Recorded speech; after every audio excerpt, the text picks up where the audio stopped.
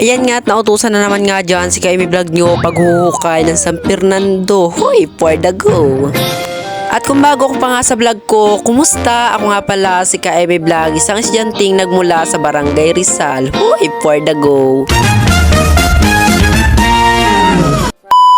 Ayan nga at maghuhukay nga dyan si Kaimi Vlog nyo ng San Fernando. Hoy! Tara, samahan nyo ako maghukay ng San Fernando kasing sarap ng buhay mo. Hoy, walang ganun. Masarap din talaga ang San Fernando, mas lalo na kapag nilaga at ginataan. Hoy, at kung may alam pa kayong luto, bahala na kayo. Hoy, for the go. Ayan nga at magsisimula na nga dyan si Kaimi Vlog nyo maghukay at baka lang hindi nga San Fernando mahukay dyan ni Kaimi Vlog nyo padiring ginto. Hoy, walang ganun. Ayan nga at minahukay na nga dyan si Kaimi Vlog nyo isang San Fernando, kaso lang super liit pa niya pero pwede na yan. At ang minamasarap ko lang talaga sa San Fernando kapag talagang mailalahok tayo dyan, halimbawa ay karne at saka nga ang baka. Huy, baka yun. Pero kung alin pa talaga yung malaking puno ay siyang kauntian ng laman. Huy, ba't nagbaliktad kayo dyan? Ayan nga, pinagbubunot na nga muna dyan ni Kaimi Vlog nyo ang nasa tabi ng malaking San Fernando. Tirap na hirap talaga niyan si Kaimi Vlog nyo ibaliktad ang San Fernando. Huy! At sabi nga nila kapag talagang may tanim ka, abay may aanihin. Hoy, for the go. At hindi rin pala dyan naubusin ni Kaimi Vlog nyo ang San Fernando at baka nga maubusan ng kapitbahay. Hala, kapitbahay.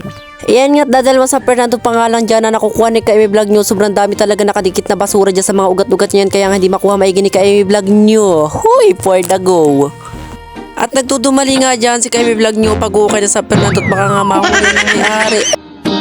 Tanim namin yan. Ayan nga't minahukay nga dyan si Kaimi Vlog nyo ng kalakihan na San Fernando at nasa ilalim talaga yan. Hirap na hirap ko rin talaga kunin yung nasa ilalim yan dahil nga nakakapit nga yan sa mga basura dahil nga ang tinaniman namin ay basurahan. Huy! Ayan nga't pinagtatagpas na nga dyan ni Kaimi Vlog nyo yung ugat para nga hindi na ako mahirapan pagkakalkal dyan ng mga laman. Huy! For the go! At akala nga ni Kaimi Vlog nyo ay ginto na nga yung nakuha niya pero hindi pala. Huy! Wala kang pagkasa Kaimi Vlog.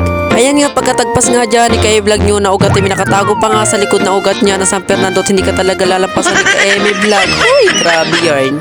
Ayan nga, binunot na nga dyan ni Kaimi Vlog nyo ang bandang baba at para nga may tanim na bago, tumusbo nga yan ng bago. Uy, for the go. At sabi nga nila, magtanim ka at may pagkukunan ka, hindi naasa ka sa kapitbahay mo. Uy, At wala na nga ako dyan makuha ang laman kaya nga ako lilipat na dyan sa kabilang San Fernando at mukha nga marami din yung laman. Huy! At di nga matanggal ni Kaimi Vlog nyo yung San Fernando nakadikit, abay kinuchil mo. At talagang pati nga maliit ay pinagkukuha ni Kaimi Vlog nyo, syempre at pwede rin yan makain.